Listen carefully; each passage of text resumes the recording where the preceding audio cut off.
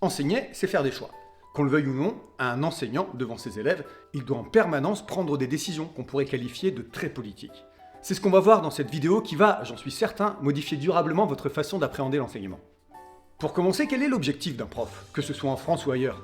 Si on pose la question à un enseignant, il y a de grandes chances qu'il réponde « amener chaque élève à exploiter le maximum de son potentiel ». Logique. Honorable mission d'ailleurs. Mais dans les faits, est-ce que c'est possible? Si la réponse était oui, je ferais pas une vidéo en fait.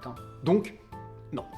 Plaçons-nous dans un monde idéal dans lequel chaque élève aurait un enseignant dédié pour s'occuper de lui. Dans ce cas, effectivement, il est possible de l'amener au maximum de son potentiel. Mais quand on en a 30, franchement, qui oserait prétendre que c'est possible? Évidemment, on peut proposer des activités différenciées, mais si on est honnête intellectuellement, on est bien obligé de reconnaître que la différenciation ne peut pas tout régler, car il y aura autant de niveaux que d'élèves, et on ne peut pas différencier pour 30 élèves différents.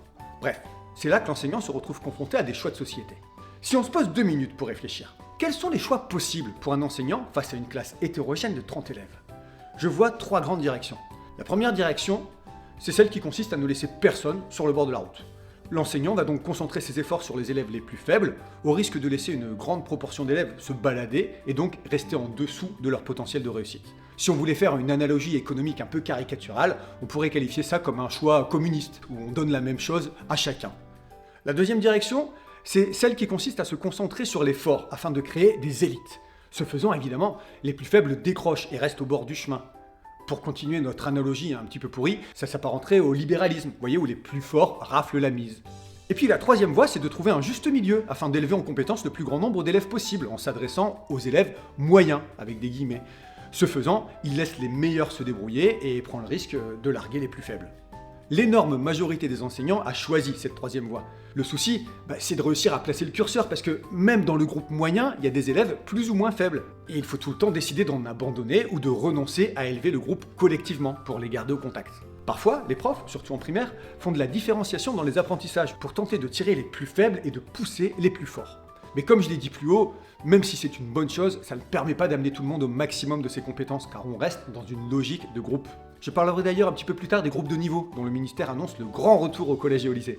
D'un enseignant à l'autre, donc, les choix diffèrent obligatoirement, et on se dirige mécaniquement vers un enseignement centré sur les élèves moyens, dans la mesure où l'écart avec les faibles ne peut que se creuser d'année en année, et où les élèves les plus à l'aise ont toujours un temps d'avance et se débrouilleraient tout aussi bien tout seuls. Mais là, on est resté à l'échelle d'un enseignant. On peut tout à fait monter à l'échelle du ministère. Déjà, tout simplement, il y a des programmes scolaires qui sont par nature un choix. Et ce choix, il est clair. Demandez à n'importe quel prof, il vous dira que les programmes sont simplifiés d'année en année. Alors oui, on rajoute des matières, n'empêche que, dans les disciplines traditionnelles, que sont les maths, le français ou les sciences humaines, le niveau d'exigence a considérablement baissé, c'est un fait. Ça veut dire quoi? Ça veut dire qu'on enlève la tentation pour les enseignants de tirer le meilleur des élèves qui constituent le groupe de tête. Quand bien même l'enseignant voudrait s'occuper d'eux, ce serait vain, car tout simplement ça devient hors programme. Il y a une multitude d'enfants qui maîtrisent déjà la lecture, l'écriture ou certains calculs plusieurs années avant que la maîtrise ne soit exigée par les programmes. Mais alors, pourquoi avoir fait ça? Eh bien, pour sauver les élèves largués. En baissant le niveau d'exigence, on permet à plus d'élèves de raccrocher les wagons. Oui, concrètement, c'est du nivellement par le bas, mais tout simplement parce que le nivellement par le haut ne pourrait pas fonctionner. Voilà 40 ans qu'en France, on a instauré le collège unique. Et régulièrement, on le remet en question. Mais puisqu'on est dedans, politiquement, ça représente quoi, le collège unique? Pour répondre à cette question, il faut savoir comment ça fonctionnait avant. Pour faire simple, jusqu'en 1975, il y avait 3 filières possibles à la sortie de l'école primaire. La filière dite classique, celle qui ressemble au collège d'aujourd'hui et dont le but était d'amener des élèves jusqu'au lycée. La filière technique, dont le nom parle de lui-même, et la filière transition, dont le but était d'amener les élèves directement vers la vie active. Aujourd'hui, le but du collège unique, c'est d'amener le maximum d'élèves au lycée, qu'ils soient général, professionnel ou technique. En réalité, on n'a fait que décaler de 4 ans le moment où les jeunes sont orientés vers la vie active. Je ne dis pas que c'est bien ni que c'est mal, juste je constate. Alors forcément, comme tous les élèves n'arrivent pas en 6e avec le même niveau de compétence, eh bien il a fallu adapter les programmes pour tenir tout ce petit monde ensemble pendant les 4 années que dure le collège. Et donc forcément, on tape très en dessous des capacités des meilleurs élèves. Et pour ne pas perdre les plus faibles, on tape même en dessous des capacités d'élèves qui étaient moyens auparavant. Encore une fois, j'insiste là-dessus, on peut y voir du bien et du moins bien. On est dans des choix politiques. Est-ce qu'on veut ne laisser personne au bord du chemin, Ou est-ce qu'on veut faire émerger des élites? Alors évidemment, une politique ayant pour objet de se concentrer sur les plus faibles, ça plaît pas à certains qui veulent contourner ça. Et donc, les établissements privés se sont développés. Alors qu'on soit bien clair, hein, les établissements privés sont soumis au même programme scolaire que les établissements publics. On y assiste donc aussi à ce fameux nivellement par le bas. La différence fondamentale, c'est qu'un tri par l'argent est fait. Je ne dis pas qu'il n'y a que des gosses de riches dans les établissements privés. Je sais que des parents pas fortunés du tout se saignent aux 4 veines pour y inscrire leurs gamins. On n'y trouve donc pas que des gosses de riches, mais on y trouve des gosses de riches mêlés à des gosses de parents qui se soucient fortement de leur progéniture. A priori, un enfant en école privée, eh bien il est suivi par les parents qui vont se donner les moyens qu'il réussisse, au besoin en le suivant eux-mêmes à la maison ou en lui payant des cours particuliers. Le recours à l'école privée, ça s'apparente au libéralisme, il faut être clair. Le but d'un parent, quand il inscrit son enfant en école privée, c'est d'offrir les meilleures conditions possibles à son enfant pour qu'il fasse partie de l'élite, le sortir du lot. Alors c'est rigolo parce que, et regardez de plus près, les 4 derniers ministres de l'Éducation nationale, ceux d'Emmanuel Macron, ils sont tous les 3 liés à l'école privée.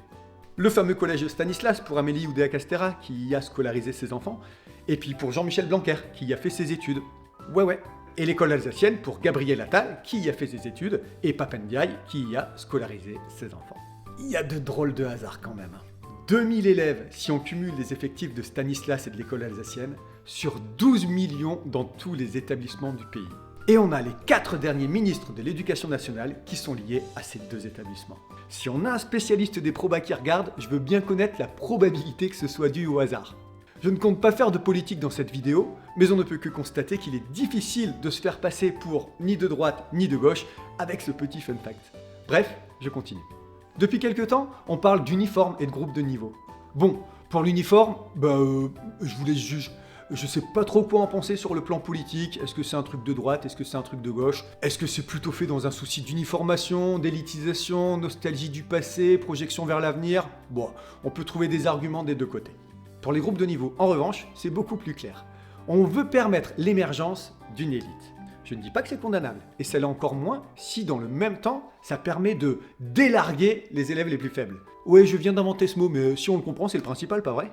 Il me semble que tout le monde peut sortir gagnant, à la condition évidemment qu'on donne les moyens aux enseignants. Si on voulait prolonger le parallèle politique et économique avec l'éducation, mais je pourrais vous parler d'expansionnisme ou de protectionnisme par le choix des programmes et notamment le volume dans les différentes disciplines.